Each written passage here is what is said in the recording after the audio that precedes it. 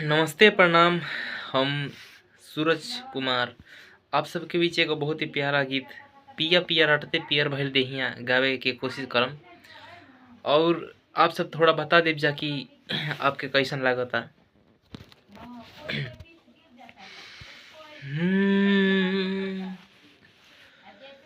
हरे की पिया पिया रटते पियर भइल देहिया, हरे की पिया गईल कवना ओरी, किसे जी पोतनी को नीक न लगी कि जगले होताटे भोर, कि हो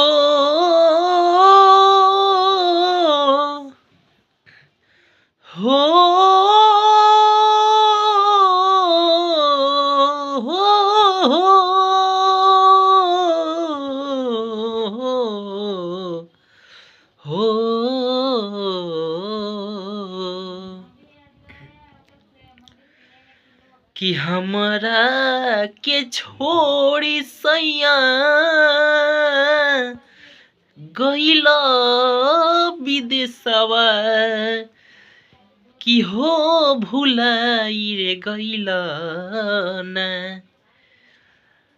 अरे हमरा के छोड़ी सैया गइला विदेशवा, कि भुलाई रे गइला ना, किया हे रमा कवन सबतिया परलू भाई रे गइला ना, किया हे रमा कवन सबतिया परलू भाई रे गइला ना।